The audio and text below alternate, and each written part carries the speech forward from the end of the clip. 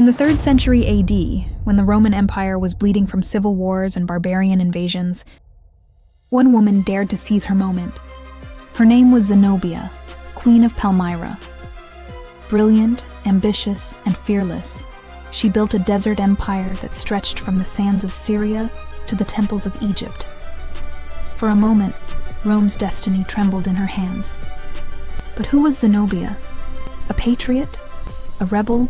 Or an empress who flew too close to the sun?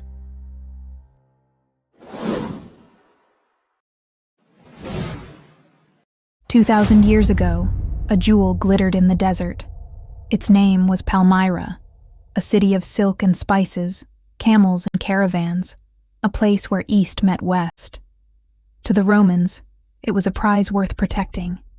To its people, it was freedom, bought with wealth, trade, and cunning diplomacy.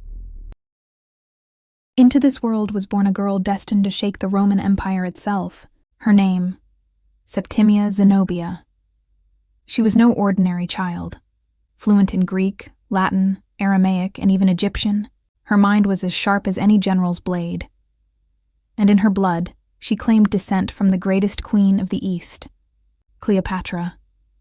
Ambitious, intelligent, and impossibly proud, Zenobia was raised not as a woman who would follow, but as a woman who would rule. She became the wife of Odaenathus, the warrior king of Palmyra. He was a loyal ally of Rome, protecting the empire's eastern frontier from Persian invasion. Together, they were a power couple, a bond of ambition and strategy. Odaenathus was no ordinary king. When Rome faltered, he stood firm. With his Palmyrene horsemen, he drove back the Persians after they captured the Emperor Valerian. In the east, his victories made him a legend, the shield of Rome, the sword of the desert, and at his side, his son Herodianus, young, spirited, the heir of Palmyra. To the people, they were the promise of stability, a dynasty that could protect them from both Persian invasion and Roman corruption. But greatness breeds envy. In the shadows, conspiracies stirred. In a banquet scene, Odaenathus raises a cup. Suddenly, an assassin's blade strikes. Chaos erupts as the assassin lunges towards Odaenathus. Odaenathus gasps as the knife pierces his chest. Herodianus leaps to his father's side, but he too was struck. Both collapse, screams, blood on the banquet floor. Zenobia's face turns to stone. Odaenathus, the empire's defender, cut down, his son murdered at his side. But who held the knife? Was it a rival noble, jealous of his victories, a Roman senator, wary of his rising power? Or did Zenobia herself allow it, clearing the path for her own rule?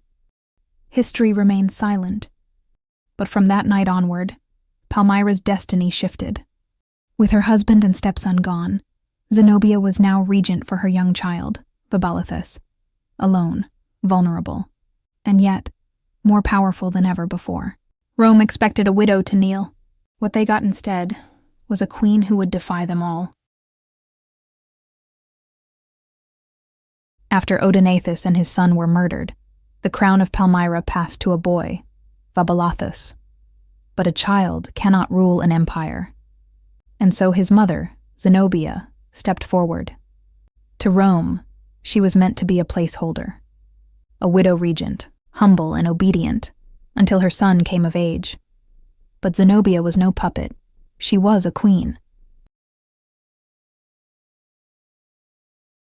Inside Zenobia's council chamber, generals and advisors argue.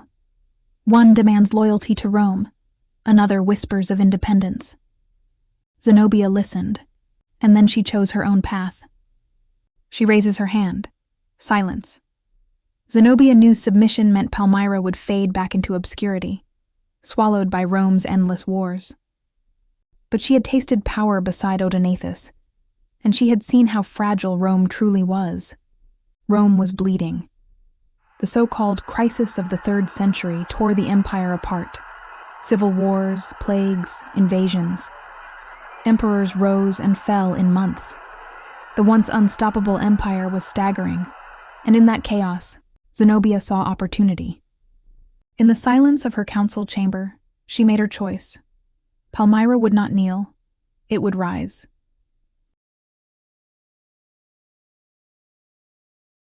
In 269 AD, Zenobia struck. Egypt, Rome's grain basket, the jewel of the Nile, fell to her armies. The Roman governor rushed to the Alexandria's harbor to flee. For the first time, Palmyra stood not as Rome's ally, but as her rival. Her generals marched north into Asia Minor. City after city opened its gates. From Antioch to Ankara, Palmyra's star rose higher with each campaign. By 270 AD, Zenobia ruled a realm stretching from the sands of Egypt to the mountains of Turkey. A desert queen commanding an empire. Ambassadors from Greece, Arabia, and Persia bow before her. And she did not shy from ambition. Coins were minted with her image. She styled herself Augusta, empress in her own right. Her son, Vaballathus, she declared Augustus, equal to Rome's emperor. It was no longer loyalty, it was rivalry. A Roman envoy kneels before Zenobia. He offers terms. She looks down coldly, then waves him away. The envoy departs in fury. To Rome, this was rebellion. To Zenobia, it was destiny. But destiny is fragile. And Rome had not yet played its last card. Aurelian, the man who would become emperor. The man who would bring the storm. Zenobia's empire had risen in the desert winds. But the storm of Rome was coming, and it would test the very limits of her power.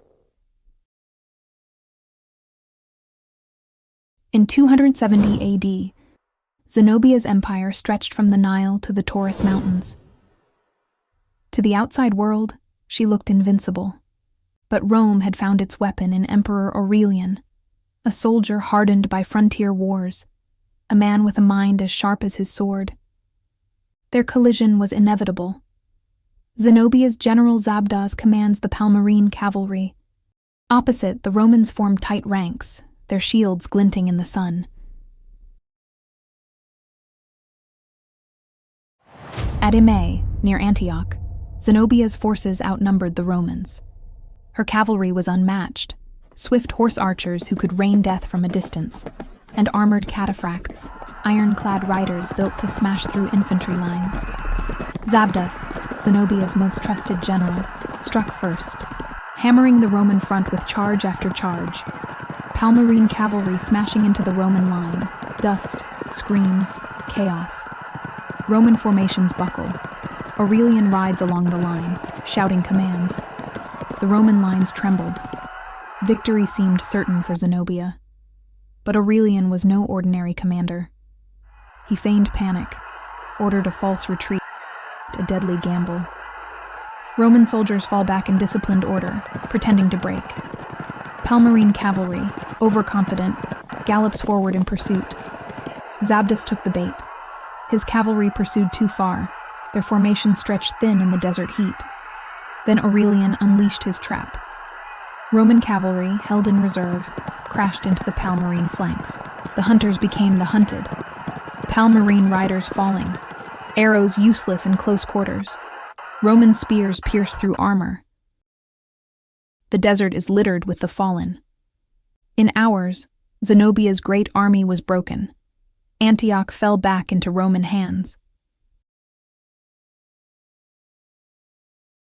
Still, Zenobia refused to yield. Retreating to Emesa, she rallied new forces, desert tribes, mercenaries, and what survivors she could muster. Once more, she staked everything on her cavalry's strength, but Aurelian was ready. The desert queen struck hard. Her horsemen drove into Roman flanks, breaking auxiliary units and scattering them across the plain. A brutal close combat. Romans push with pila and gladi, forcing cavalry back. For a moment, the Romans buckled. But Aurelian steadied his legions, rallying his veterans. He counterattacked with iron discipline, locking shields and grinding forward step by step. Romans push with pila and gladi, forcing cavalry back. At Emesa, it was not speed that won the day. It was Roman discipline. Cavalry cannot break a wall that will not yield. Palmyrene riders attempt a second charge but failed, then another, until the Palmyrenes were exhausted. Zenobia's army collapsed under the relentless infantry wall, and then the legions advanced. Rome dominated the field.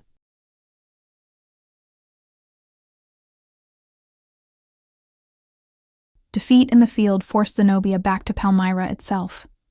Behind its mighty walls, she believed the city could hold. Stores were filled, gates reinforced, soldiers stationed at every tower. But Aurelian would not be deterred. He encircled the city, cutting off supplies. Over time, starvation loomed. Zenobia consults with advisors. One advisor makes a suggestion. Majesty, the city cannot hold. Our granaries are empty, the wells run low. Aurelian will starve us out. We better negotiate. Bend the knee, save your son. One of her generals argue. Surrender? To Rome? They will chain us like animals. Better to die fighting on these walls than crawl before Aurelian's boots. The chamber erupts in shouting, some pleading for surrender, others demanding battle. Zenobia raises her hand. Silence falls. She stands, her voice calm but commanding. I have made my decision. I am the Queen of Palmyra, daughter of Cleopatra's dream. I will not kneel. She turns to her son, placing a hand on his shoulder. For him, for all of you, I will find a way. That night she made a daring move. Under cover of darkness, the queen gambled everything on one last hope. Zenobia, cloaked in dark robes, slips through the city gates with a handful of loyal guards. The desert wind howls. She gets on her horse. She looks back one last time at Palmyra's torchlit walls. Her plan? Go to Persia. If she could reach Shapur, the Sasanian king, she could bring back an army and face Rome once more. It was her boldest move, and her last. Aurelian quickly learned of her escape and was relentless. Scouts tracked her trail across the desert, cutting off every path to safety. Roman cavalry cresting the dunes. They close in on the queen. The chase quickens. Palmyrene horses stumble in the shifting sands. Roman arrows whistle through the night. One by one, Zenobia's guards fall. At the banks of the Euphrates, her flight ended. Surrounded, exhausted, with no hope of reaching Persia. The Queen of Palmyra was taken. With her capture, the fate of Palmyra was sealed. But Zenobia's true destiny, what Rome would do with her. Rome had crushed the desert queen. But for Aurelian, victory was not complete until it was displayed. And so Zenobia, once ruler of half the East, was paraded through the streets of Rome. Some accounts describe her bound in chains of gold so heavy she could barely walk. Others claim she rode in a chariot, still regal, her head held high. Was she humiliated or defiant? Roman propaganda tells us one story. Her legend perhaps tells another. What became of her after Rome's triumph is shrouded in mystery. Ancient sources disagree, and perhaps that is the greatest twist of all.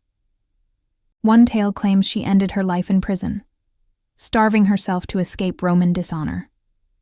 Another insists she was executed, a warning to all who would defy the empire. Yet other accounts claim Aurelian, impressed by her courage, spared her. That Zenobia was granted a villa in Tibur, near modern Tivoli, where she lived out her years as a Roman noblewoman, even marrying into the aristocracy. And what of her son, Odaenathus, the boy king she had named Augustus? His fate is even more obscure. Some believe he died en route to Rome, broken by captivity. Others suggest he lived in quiet exile, his lineage erased by history. In either case, the child who was once proclaimed Emperor of the East disappeared into silence. Zenobia's empire was short-lived, a flicker in Rome's long twilight. Yet her defiance left a scar. She had taken Egypt, Asia Minor, and Syria. She had shaken the Roman Empire at its core. To some, she was a usurper, reckless, dangerous, doomed to fail. To others, she was a visionary, a woman who dared to build a rival empire in a man's world, and almost succeeded. History does not agree on how she died, but in every version, one truth remains. Zenobia was never ordinary. She was the desert queen who defied Rome and became immortal in legend.